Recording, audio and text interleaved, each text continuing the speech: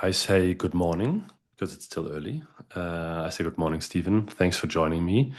And I would like you to give a little intro, who you are, what you do, to those who don't know. And then we go into the usual journey in the podcast, going back in time, trying to find the pieces that um, were an inspiration for you, things that made you, things that challenged you, and yeah, all of that before we come back to closing the loop what you guys are doing today. Thank you for having me, Ilir. Yeah, it's a pleasure being on your show. Where would you like to kick off a bit? I always start with something that is as early as you can think of. Some people Right. start with, I was disassembling radios as an example I always use. All right. Okay. But Yeah, start I as soon had as you a feel comfortable. sure. Yeah, I had a bit of a different background as a kid. I was always interested in architecture, engineering, and stuff. And I'm based in the Netherlands, and our schooling system is more based on certain things where you're good at school, but not necessarily in certain other areas where your interest is. So Mhm. I was as a young adult kind of pushed into a different in economics and law, which I found also interesting in the beginning, but was not really, never really my passion. So I have an education background in fiscal law. Did that for 6 years at Ernst& Young, giving tax consultancy to a lot of different companies, etc. Also very interesting and gives you a lot of background information for actually building your own business. So it has been tremendously helpful for building a company, that experience. Mhm. But it never tickled really my passion. And in 2014, we had a group of people, friends, and we saw this whole opportunity of VR that came up. And one of my friends said, "Hey, let's just start a company in it because I see the vision, I see the goggles. The Oculus was then how do you call it, a Kickstarter at the time that was very popular. We bought the first one of those Kickstarters. We received it. We started tinkering around with it, and then we saw the opportunity of okay, I can see this world, I can move around in this world, but it is extremely limited in how I can interact in this world. And that's where the concept of MANUS started, of how can we make ourselves interact in a natural way, intuitive way with this digital environment. And that's when we started our own Kickstarter, actually. The the the especially the part of like thinking around, this is something that I'm very interested in, and that might be gives us the opportunity, hopefully, to bridge and take a step back just for 2 seconds, because I'm always interested in you were saying passion, and then you're saying, okay, this is what I was studying, and there was a gap.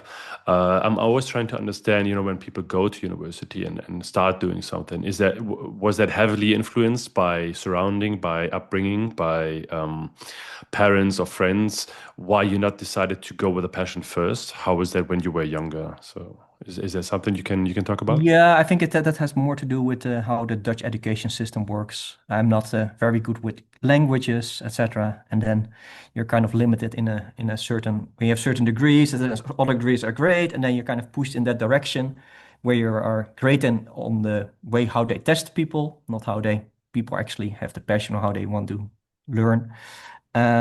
So basically, it kind of pushed in the way the study flow works in the Netherlands into you go into certain profile of your study, and that was then economics. Okay, and then you get like your degree when you go to the middle school from economics, and then basically your path to go from there to an engineering study again is very difficult, unfortunately.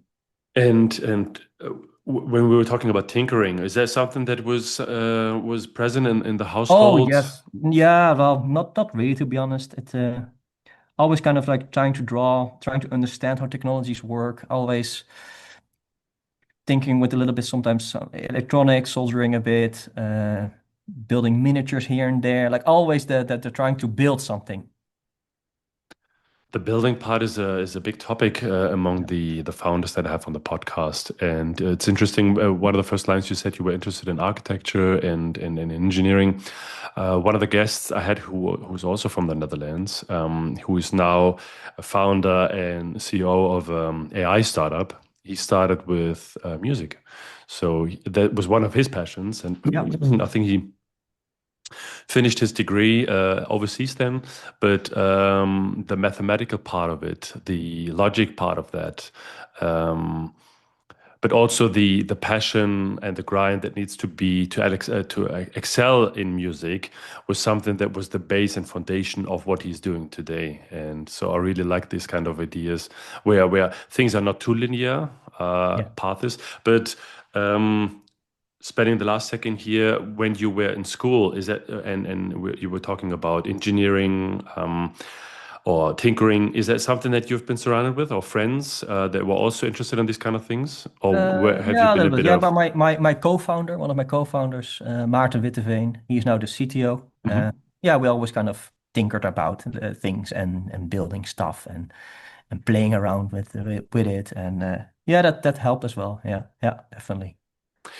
The Kickstarter that you said, this is something, I think I could do something. Then you're putting yourself out, right? Yeah, yeah, And tell us about more about this, because I'm always trying to understand that little, because there's a lot of people tinkering around, but not a lot of yeah. people are starting a Kickstarter. So I'm always trying to find out what is it that enabled you, that gave you the how do you say this, the boldness of trying. Yeah, I always believe like you have to go to the market. If you build something, if you keep it to yourself, you don't know what the response is going to be. And if you're on the right path, you need to have input. Without that input, you're kind of stuck in your own bubble. And Hmm. that's also what pushed us. We're always, as a company, it's always kind of been in our culture.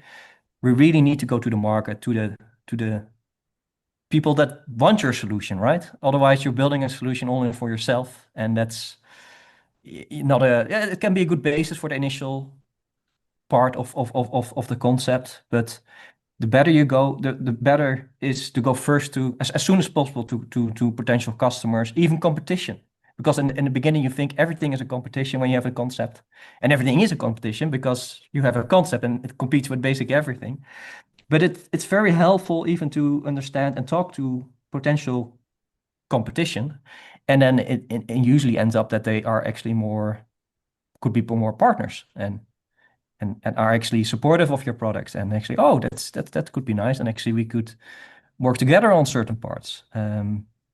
That's always been a lesson that we also taught because we did that Kickstarter, of course, and what we gained from it is that it was unsuccessful, basically. It was a failure.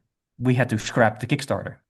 Mm. But what we got from it was that since we were once putting us out there, we got into some tabloids in the local news, etc. Because oh, there is a Dutch company that builds technology that, and at the time it was very new. Kickstarter was a new platform. It Mhm. just launched in the Netherlands, so we got onto some very new on the media basically, and that triggered that we got invited for a bootcamp,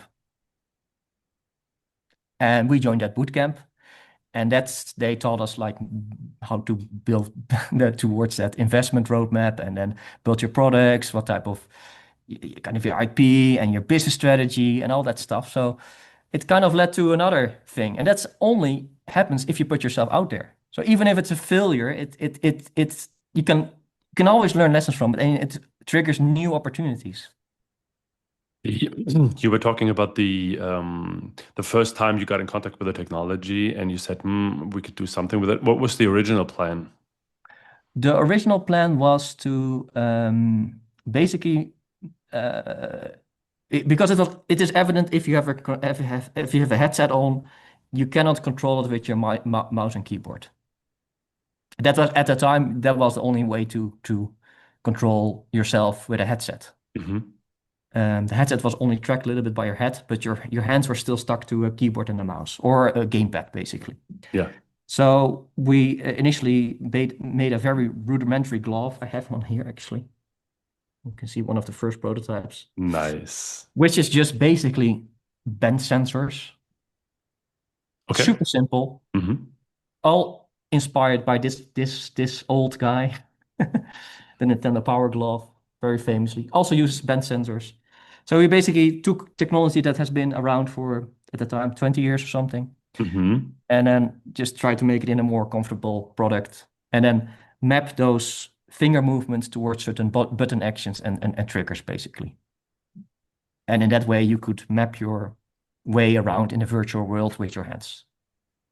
And what was the first goal of the fix of Kickstarter? So now we talked about the product. What was the first goal? The goal was to get the funding to basically build this product. That was the goal. Yeah. And you were talking about putting yourself out there, getting real feedback of people who would be willing to pay for it. That is definitely something that is eye-opening in two directions, right? It could work or could not work. And you said that you guys understood, okay, so that what we're planning here at the moment doesn't seem to work because doesn't seem to be a demand. And but the the bootcamp itself cannot solve that problem, right? It can gives you the tools to understand how things are working. What have you done with the tool set from the bootcamp? Yeah, so for us, the bootcamp was at the right moment because we just had the concept, we had a bit of validation. We're on certain parts, we were on the right track, but not completely. Hmm. So the bootcamp gave us the tools to think about it strategically, go to certain, as well to competitors, basically talk to them, understand better how you can position yourself in the market and develop that product further. But also made us a clear, how do you call it, a pitch deck, which we can raise with proper investment. So the bootcamp was basically a 3 month incubation period. Hmm. And we had also built your team, basically, also a big part of it. Like you cannot do it alone. We were a bunch of people, but we have to nail down which team members are gonna do the long term and are really gonna build this product. That's also a very important part of it. And then bootcamp eventually led that we were on stage where basically an investor walked on the stage that directly wanted to invest with us on a napkin. Never done in the Netherlands, for example. Something. This that was an Uh, experience. what year are we talking about? Where are we in the journey now? Oh, basically in early 2015. So 10 years ago. Oh, 10 years ago. Yeah, yeah. So what happened afterwards? We didn't go with that investor. We went with some local investors because they were also interested. And they are basically angels. And they invested in us basically directly. And we used that money to build a prototype product basically ASAP to demonstrate it at the biggest trade show in the world at the time. And that was the E3 in Los Angeles. Maybe you still remember, it's now doesn't exist anymore. We survived the E3. Yeah, but yeah. And so a few angels come together, think, this is nice, this is interesting. I think this has potential. It gives you money, or giving you money, and then you're working on your product. How was that for you guys? Flying overseas, being at this big fair. There's a lot of things happening over there. Yeah, no, tell us. I'm interested Yeah, you in have to the behind imagine the the timeline, scenes. right? We received the money in March. The program ended in February. We received the money in March, and E3 was late June. Hmm. So you can see how this like instant like that drive and push to instantly demonstrate our products towards the market. Yeah, it was crazy. Basically arranging everything first time, right? Setting up a whole trade show, trade booth in a foreign country on the other side of the world. Yeah, yeah, it's just mind blowing. I have no idea still how we managed that, to be honest. If you look back, like it's actually in our movie, I think. Yeah, yeah, we had the TV shows following us. There's a movie about it called The Game Changers. Yeah, we had a whole crew as well following us, film crew. How big was the team back then? I think 12 people or something. You Yeah. all everyone went over? No, half of it. Half Mm, of it. Yeah, mm. yeah. We couldn't afford the whole team, unfortunately. And so you have this big fair, everything is going crazy. Yeah. And but yeah, I mean, I'm listening. Tell me the story. So you arrived there, and yeah, because we were a startup, we were in the most shitty, crappy hotel that you can imagine in Los Angeles, in a not so nice neighborhood. So you get kind of gang up together, uh, but it's also kind of part of the fun. And then you go to this trade location, or the trade show itself, the Los Angeles Convention Center. And you have all these unions, crazy that you cannot do anything yourself. You have to work around everything because, of course, we brought everything ourselves. Very scrappy. We had no money to pay unions and ridiculous amounts of money for workers that just stand on the side. So we had to find kind of sneak our way in all the way with TV screens and all of our equipment. And that's also where we set up the booth. And of course, the product was like 2 months in development. So our tech guys were still working in the hotel, finishing the products, because we were actually very, very forward ahead of time. What we developed was basically of course, the glove was pretty simple, but we also developed a computer vision that could track the gloves in space using a Galaxy headset, Samsung Gear VR, way back then. So we could track spatial computer vision, something that is now very common in every Oculus. But 10 years ago, having a mobile headset with tracked hands wasn't even existing. And that's something that we developed in 2 months' time. What was the outcome of the fair? Very interesting. We went in there with extremely, high expectations as well of the consumer market, but we kind of walked away with contacts from NASA, which, yeah, interesting, right? Yeah, it's different. So we got the biggest compliment you could get from NASA that your 2 month product was not bad. It's crazy, 2 months, NASA. Even though you were aiming for consumers, Yeah, yeah, that is a pivot. that is a pivot, right? Yeah. But we didn't give up yet. You never give up your dream on the first instance, right? So we kept going on developing first for the division that you have. You never like give up instantly, even though okay, consumer interest was there. Was also a lot of nice articles published about it at the time. But yeah, the big takeaway was like, okay, we could also have something in B2B. And that's something that eventually we pivoted towards. Yeah.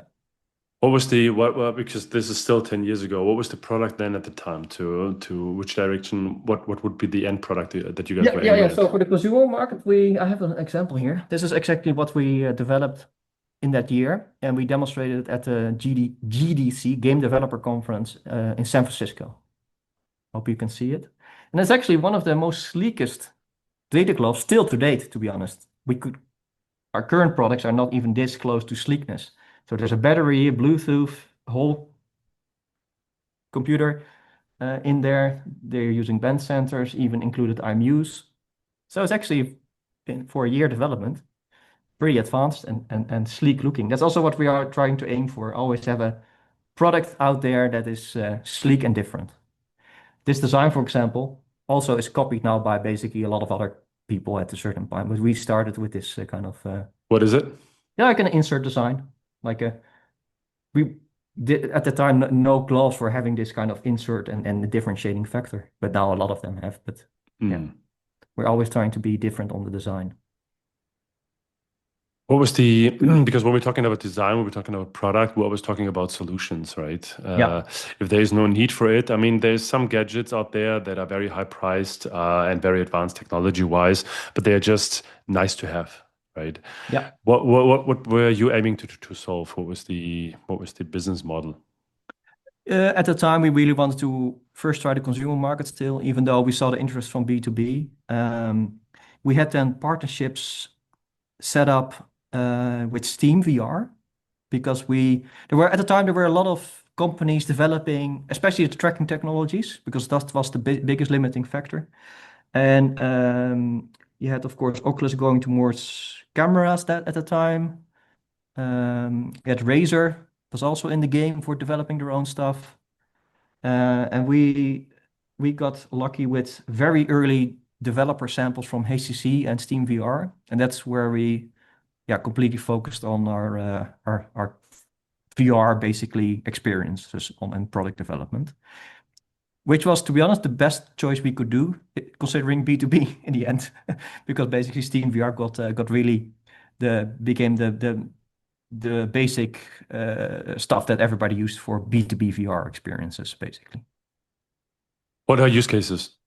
Use cases at that time, yeah, for consumer it was just gaming, right? So for us, it was at the time, how do we onboard gaming companies to include our type of input? That was the biggest challenge. We had the product, we had integrations into the tracking systems, but if you don't have games, then yeah, right? So and it was at the time that the game developers were, I don't know, kind of hesitant to use new technology input. They really stuck to the VR was already new, and then to also include a new input device was a bit far-fetched at the time. Hmm. So we completely focused towards B2B then in 2017. That's where it kind of ended up in. And use And the use cases. case was simulation. Simulation.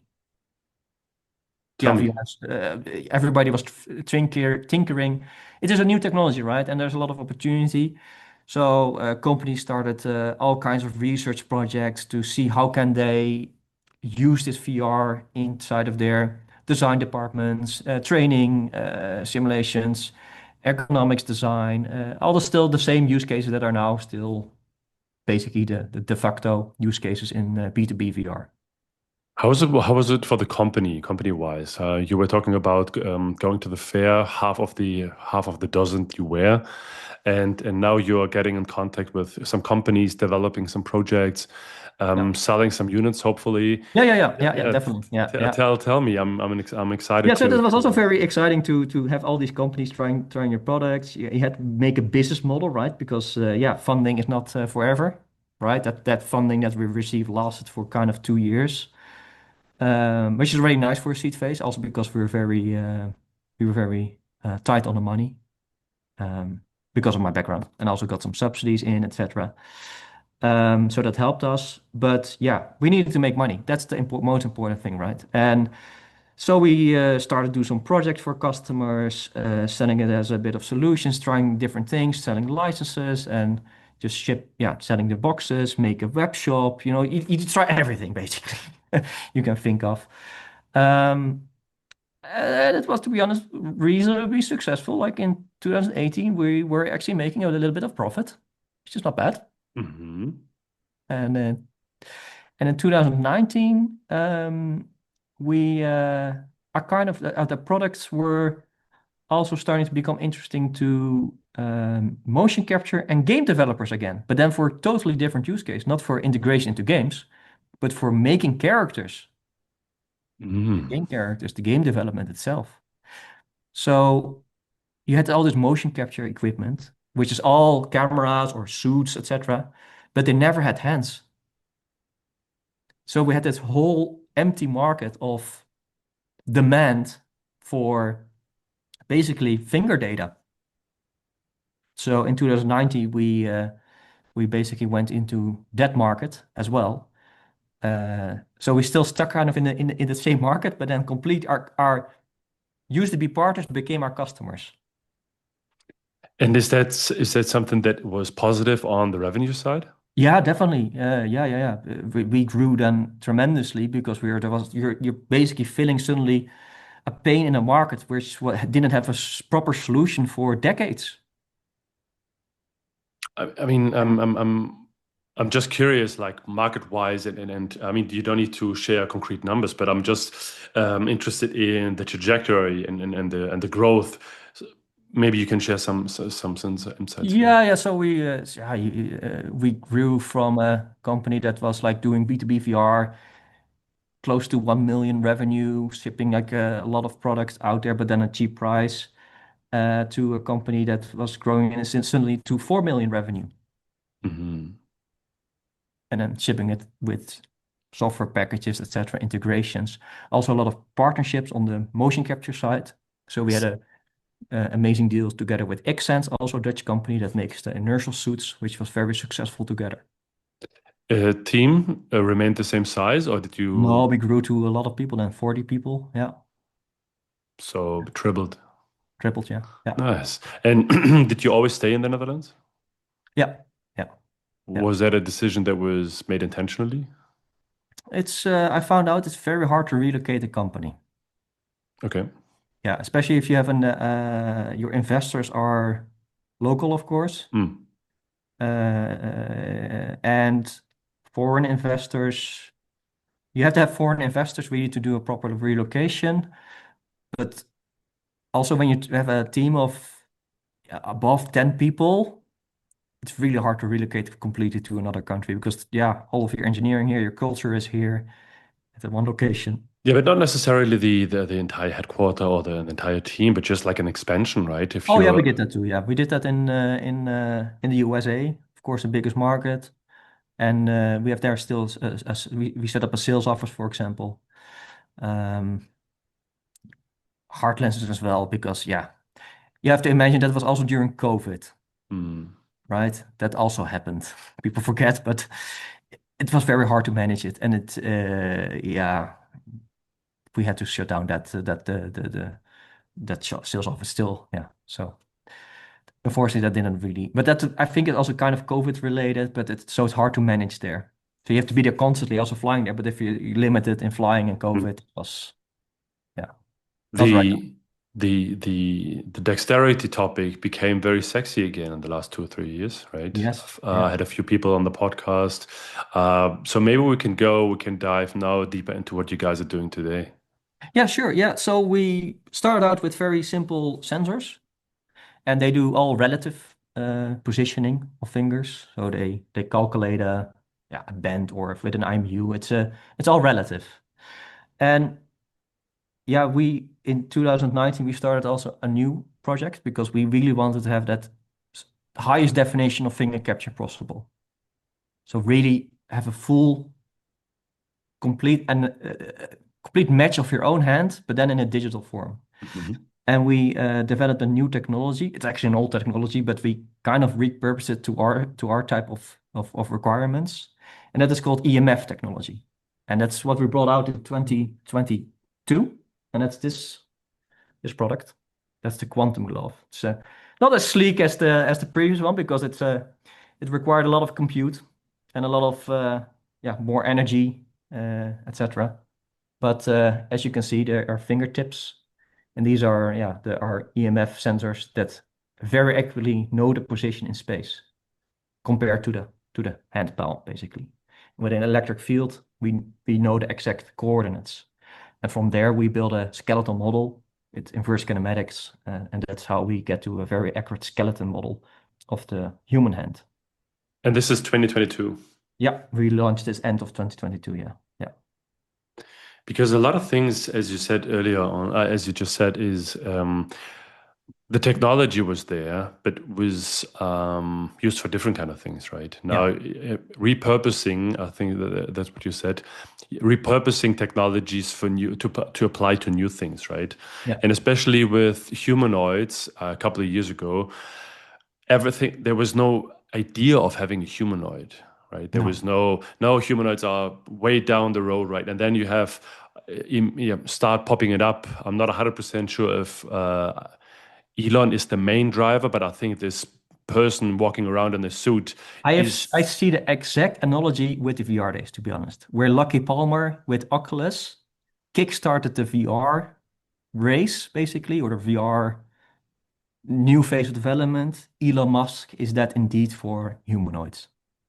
So now you have people working on different kind of things Yeah, that in combination can make a humanoid. It's not perfect yet. It doesn't, not everything is working, not everything has been achieved yet. And yeah, there's still a lot of things need to be solved. But um, things that have been laying around and were available at that time, but yeah. now assembled in a way that has not been really tried in that way. I mean, there were a lot of humanoids earlier on, the Honda one. I mean, there have been a few There companies have been pushing that. But Japan was pushing early a few decades ago. Yeah, but not in the mainstream way that so many companies popping up, right? And a few things had only been enabled by the AI part of it, right? The control part of it, correct. the Yeah, how to see things, how to perceive things, how to control and move things. I think this is one of the biggest enablers. But how is that fitting into your storyline, into what you guys are doing? I mean, this is finally coming together. Yeah, yeah. Tell me about So this. that's why I've kind of brought up the new technology, because what they robot companies need and require is very accurate control of their basically manipulation and hands, right? And if you have relative technology that doesn't give you endpoints, it's very hard to translate it to an end model. So what made us so successful in this new market of indeed robotics is because we provide endpoint accuracy. You can directly use that endpoint accuracy to the robot because a robot can translate its endpoint, but because that's all where you need to have the endpoint data. And that's why our technology is so they're growing so fast now in this market. Basically, all the humanoids are using our technology to drive their manipulation. Is that so? That is so. Yeah, yeah, Is there, because I saw you guys online. I mean, we got in contact, and I was lucky to be able to put this podcast episode together. But the collaboration I think I saw was yeah, maybe you can walk me through the partnerships and yeah. things Sure. that. Unfortunately, a lot of it is behind closed doors and behind NDAs. It's yeah, it's a very competitive field, so not all companies want to share that they're using us or etc. It's all secret. But it all kickstarted as well with Tesla, to be honest. They were our first user, and they used us at scale. It was crazy. They have like but they also share that online on their how they have a whole plant of teleoperators using our products with together with an Xsense suit, our partner, basically controlling that robot and then trying to get that data from that robot again or in the user into feed their AI systems and try to make that robot autonomous.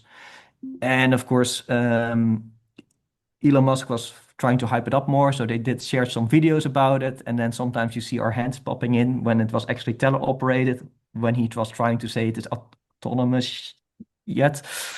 But that was like kind of the that we also used a lot for our own marketing, of course. Yeah. The hand that I just saw, this is from 2022, right? 23, they started in this humanoid field. That's also when Tesla revealed their pipelines for it. And that's how And it kickstarted. how sleek does the newest version of it look like? Yeah, I have one here. Yeah. It's kind of very, very sleek, right? And this is either our newest one, a product, beta version of a haptics version of it. So you can, And as you said, it's, I mean, there's a lot of compute involved, right? yeah. What is the difference between you and I? Because I saw other concepts of collecting this kind of data. Yeah, which kind of concept? It really depends on the technology itself. Which are, I mean, no. I mean, I'm oh, not too deep into the field oh, myself, sorry. but Then, yeah, so there are all, okay, it's not well wearing it. that looks, yeah. And it's very comfortable. All wires are gone. You can see there's a haptics motors here, and Hmm. this is in the sensor. Yeah. Also swappable batteries. Yeah, it's very sleek and comfortable, basically to be able to wear it for longer times. So relating to other technologies to capture things, yeah, of course, computer vision is the easiest way, right? That is also what you see a lot. Um, yeah, but computer vision is always limited into what's a 2D image or sometimes 3D image is, but a lot of occlusion happening, especially when fingers are blocking itself. And if you're, grabbing stuff, then computer vision is often distorted. Yeah, so it's not a it's a very cheap way to collect data, but if you require high quality data, and especially when you're controlling robots where that good enough is not good enough, right? You need to know, then you need a measure device, and that's what we provide basically. Because our EMF goes basically to everything. Without being too indiscreet, we were talking about the grew of like the the team size. You went from 12 people and then you went to 40 people, and that was in those time back then. How is it new now with the new market? As you said, you're not with the developers and gaming anymore. We're now talking about robotics, We right? still have those customers as well, to be honest. Oh, We still nice. facilitate it. Yeah. Why abandon when you gotta? Yeah, yeah, sure, Yeah, yeah, obviously. it's still a nice market. Unfortunately, that market went through a crisis in the 2023 with Hmm. Hollywood strikes. Maybe you're aware of it. The Yeah. whole content production became very, very, very low suddenly. Also affected us revenue-wise, so we had to kind of slim down the organization for a while, and now we're growing again. So now we're back to 40 people. Mm. Yeah, And how do you see this? Because I think I had two or three people already with hands on the podcast, and different topic though, because you yeah, do yeah. data collection, right? And now we're talking about like using hands and actually building hands. How is it for you? This time must be very exciting, but also It's there's a delta between the hype and the reality of the technology. yeah. And tell us your It's perception of that. very funny because I actually validated this business in 2017. I went Mhm. to certain companies, robotics companies, all of the classics ones that are still around, and they said, no, we will never use hands or gloves for robotics. Yeah, That's but how that was before humanoids, right? that was before humanoids, but also in general, humanoids I see is a complete package of combined technologies. It's um yeah, it can also be taken apart and also the parts can also be an application or a product. In certain stages, you don't want, for example, legs. You can also have a torso with arms, or you don't need a head. Or like it's not a it's going to be an ecosystem of all kinds of technology parts, which is now being developed as the humanoid, but in the end, it's just a complete new ecosystem, just like how cars became the current cars as they are. They started that as wheel of like a carriages, basically, and the human is basically a little bit similar. You have now companies that completely focus on building robotic hands, which is an important part of the supply chain for humanoids. Some are focusing on the walking aspect of humanoids. Some are working on the autonomous parts of something. So it becomes a complete ecosystem, which, yeah, it's very exciting to be honest, because it's I've never seen so much advancement in such a short amount of time in a certain field. It feels like back in the day when the internet started, Mhm.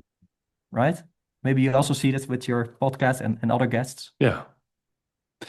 The hand seem. I mean, there's a few company betting on that, right? That the dexterity will be the enabler of a lot of things, right? And Yeah.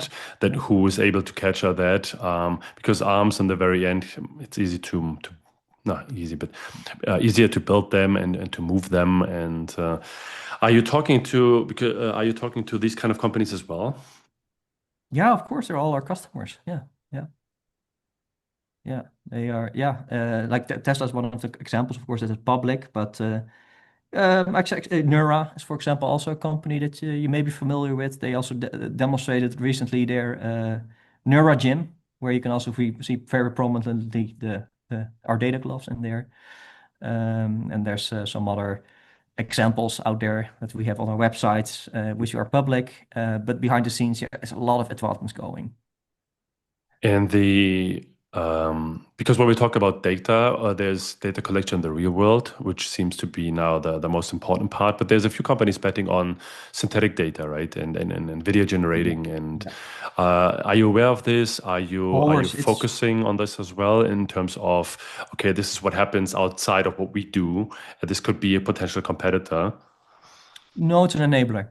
It's Mm, an enabler because it is not feasible to capture everything to the data volume that you need for training these autonomous systems.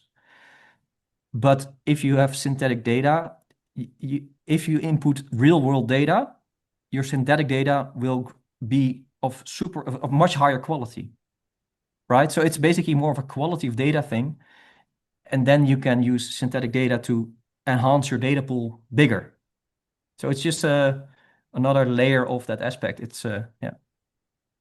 what I'd like to have people on the podcast always trying to um, I mean, I try to derive some learnings, personal learnings. Like I said, what are the challenges of being a founder, finding the right product market fit, sometimes finding the right investments when there's a lot of CapEx involved, or scaling up the team or hiring the team, but also like personal stories, right? The Yeah. challenges of coming from academia and then changing and becoming an entrepreneur. Or as you said, COVID is a turbulent time.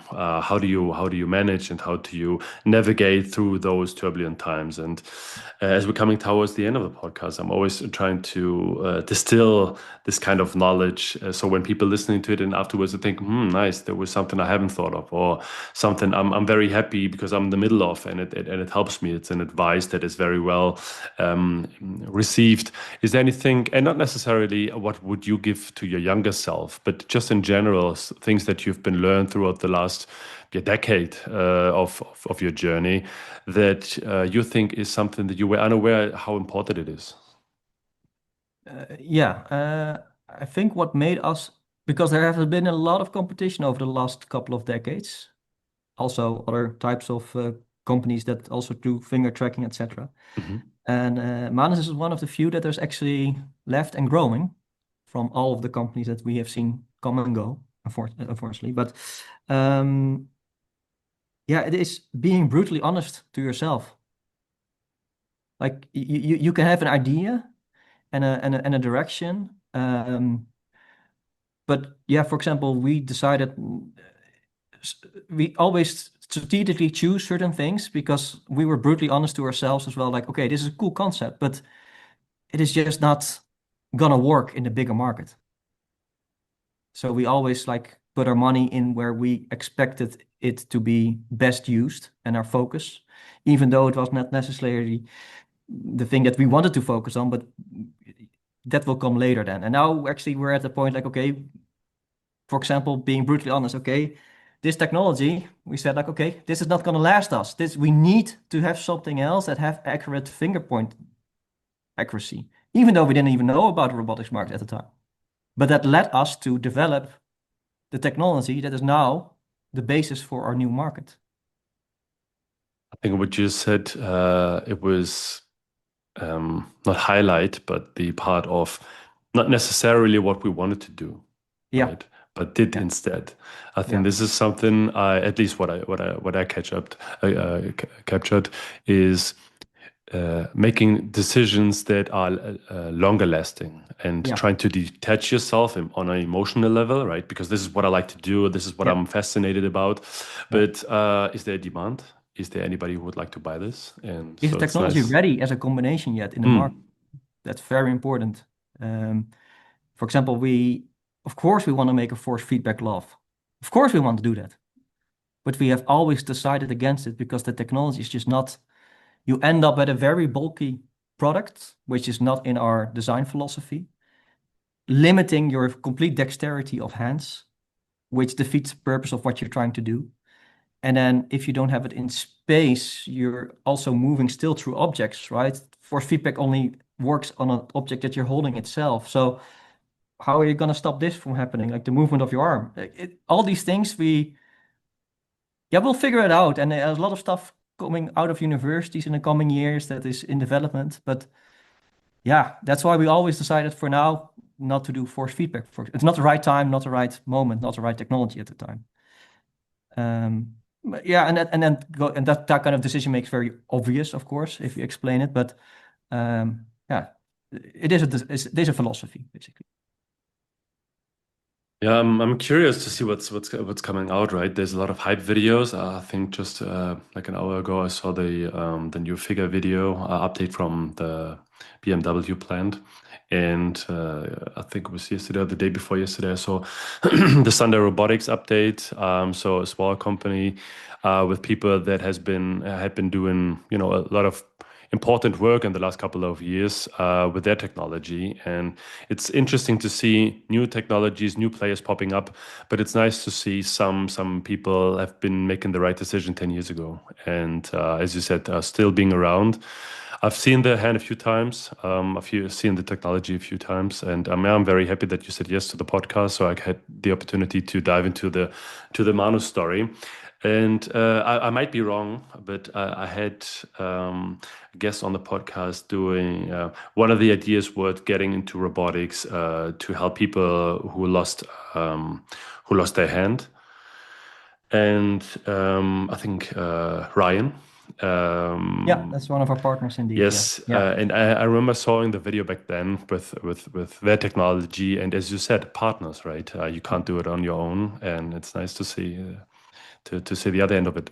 That's a good symbiosis because without us, they couldn't really have something that properly works on that level. But vice versa, the same, right?